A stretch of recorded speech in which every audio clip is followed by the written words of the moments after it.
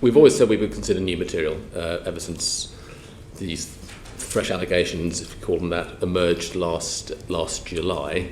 In terms of Sean Hall, that is new material, as I stated yesterday, and of course we will be, I've indicated we will be seeing him at some stage in the near future.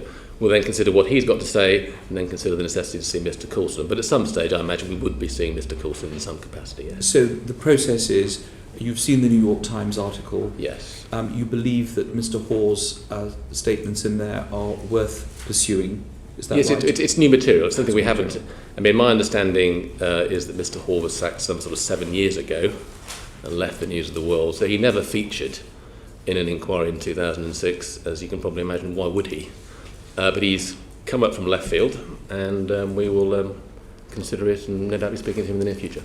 You will contact him because on the radio you were saying you were waiting for some information from the New York Times. Well, we've spoken to the New York Times because clearly we want to understand what material they have.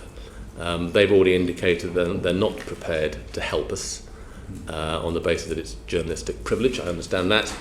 But I've written to them again, or colleagues written to them again today, to see whether they're willing to waive that privilege in these what are quite exceptional circumstances. So I'm not hopeful, but we'll try there first, because they clearly will have a lot of material that they've dealt with over the last 6 months. To pick up on the lack of proprietary, we know from evidence given to the DCMS committee that there were financial exchanges between the News of the World, for example, and members of the Metropolitan Police, that this was a regular issue.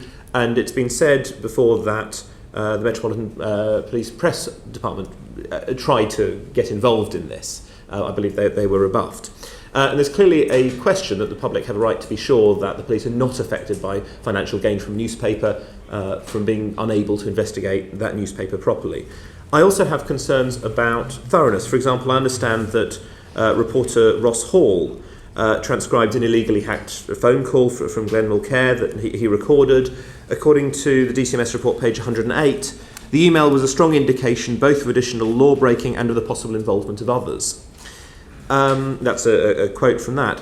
I understand that this reporter, for example, was not questioned by police. Surely he would have been an obvious person to interview to find out what had happened there.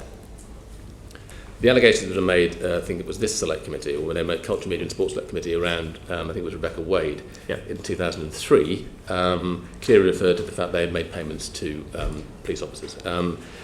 That has happened on occasions. I don't think we'd never deny it, and people have been caught, sent to prison for it, or otherwise dealt with by the law. And it is reprehensible, and we do not, in any way whatsoever. But very, very small numbers, very, very small numbers, and we remain committed to sort of rooting that out at any time. So on that point. The second point you make, as you refer to the paper yourself, it was examined in the previous select committee. I think I gave a very plain answer that saying it may have been better that we did interview the Neville person then, but we didn't. And I also said it would make absolutely no difference now if we did against those two people in terms of what they've already been sentenced to and dealt with by the courts. Okay, but there's still a public appearance that there are issues. No. Would you welcome an investigation, at least to let the public's mind be at rest, that there is nothing for them to be concerned about? Let's take it stage by stage. I've always said new material, we'll consider it. We now are considering that.